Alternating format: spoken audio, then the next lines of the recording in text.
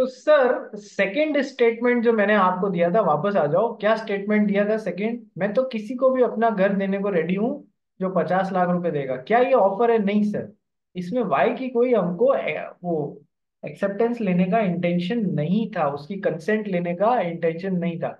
अब यदि ये चिल्ला के एक्सेप्टेड एक्सेप्टेड बोल भी देता है, तो ये कोई कॉन्ट्रैक्ट इसलिए नहीं क्योंकि ये ऑफर नहीं था। जब ऑफर ही नहीं था तो एक्सेप्टेंस बोल के क्या मतलब?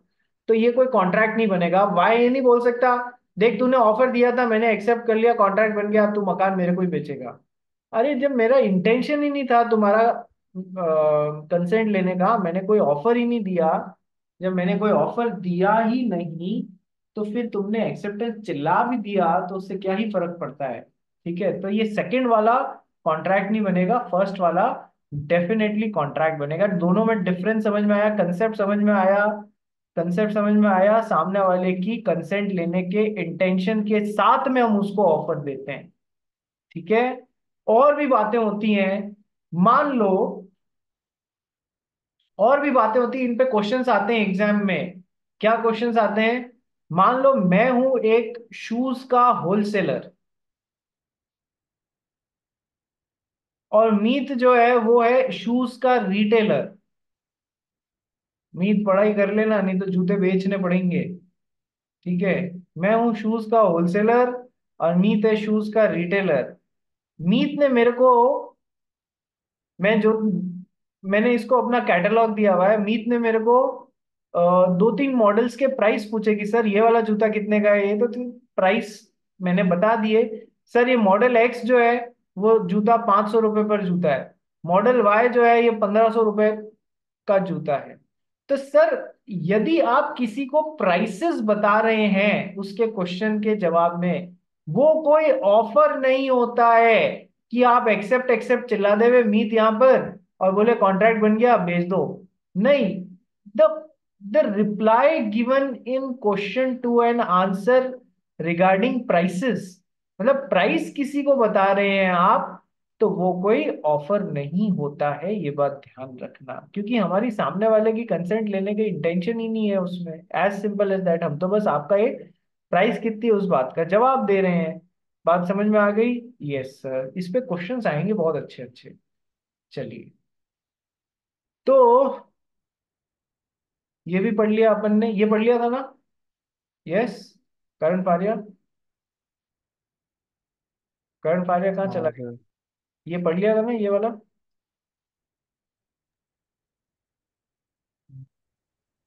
नहीं। नहीं पढ़ा तो अभी पढ़ लिया। हम बड़े वो सेम ही है फर्स्ट उस वाला।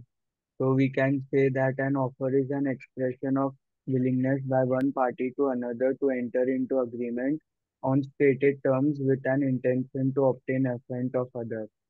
Then on the stated terms, in terms पे, क्या आप मेरा घर 50 लाख में खरीदेंगे? तो सर इन टर्म्स पे सामने वाले की एसेंट लेने की कोशिश करी जा रही है।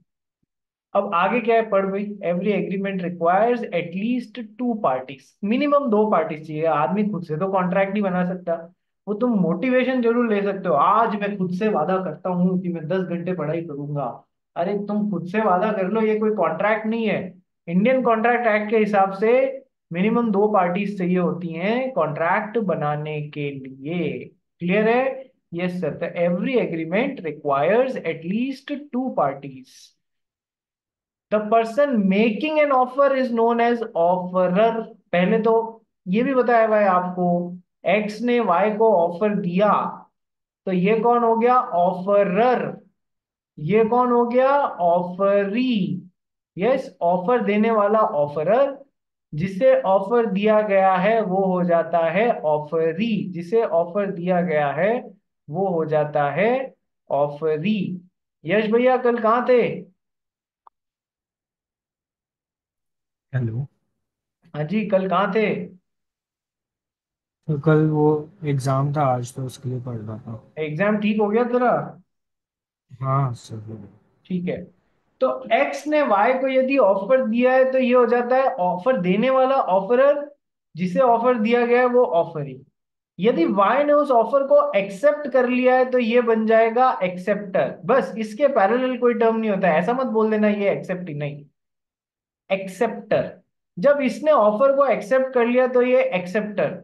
तो एक प्रॉमिस इधर से इधर जा रहा है तो उसके लिए ये हो गया प्रॉमिसर और ये हो गया प्रॉमिसी। जो प्रॉमिस करता है वो हो जाता है प्रॉमिसर और जिसे प्रॉमिस किया जाता है वो हो जाता है प्रॉमिसी। और दूसरे वाले के लिए ये प्रॉमिसर और ये प्रॉमिसी हो जाएगा। सिंपल है ना? Yes sir. चलिए, तो sir offeror, offeree, acceptor, promisor, promisee. जिसने ऑफर दिया पहले वाले ऑफर के लिए तो वो जब एग्रीमेंट बन जाता है तो ये प्रॉमिसर और ये प्रॉमिसी, और दूसरे वाले के लिए ऐसा ये होता है। ठीक है, चलिए।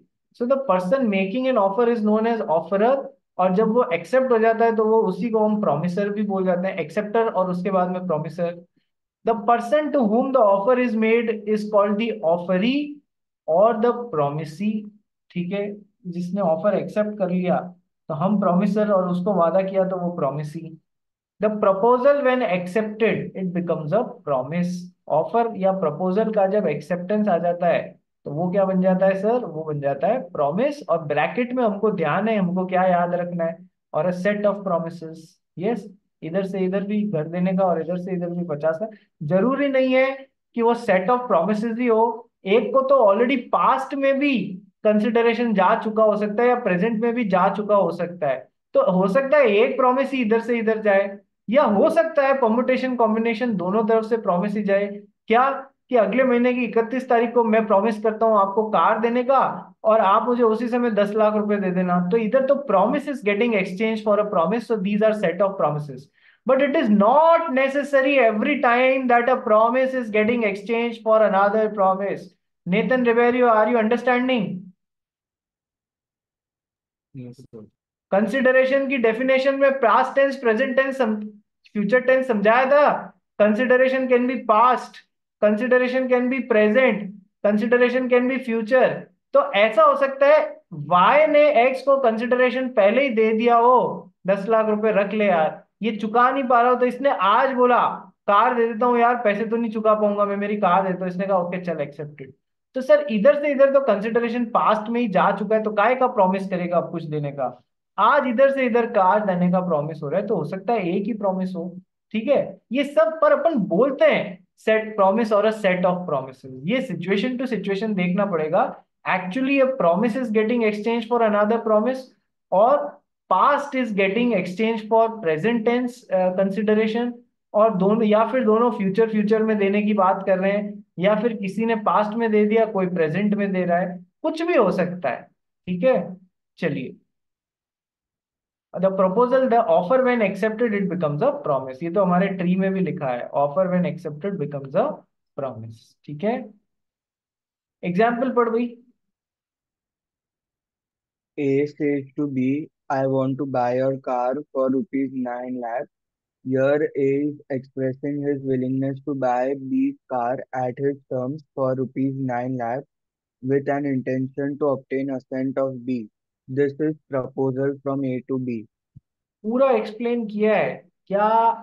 मैं आपकी कार 9 लाख में खरीद सकता हूँ, पूरा ऑफर दिया है, 1% टू अनदर की डेफिनेशन की सारी चीजें मिलेंगी। पॉजिटिव ऑफर दिया है, कुछ करने का ऑफर दिया है, कार बेचने या खरीदने का ऑफर दिया है। क्यों दिया है? With a view to obtain his consent towards such act. सामने वाले की कंसेंट लेने की विलिंगनेस है। दिस इज अ प्रपोजल और an offer from A to B. सारी चीजें मिल गई हैं डेफिनेशन की इधर। ठीक है, ये भी प्रोमिसर और प्रोमिसी कौन होता है ये पढ़ लिया अपन ने। आ जाइए अपन चलते हैं next towards essential elements of a valid offer.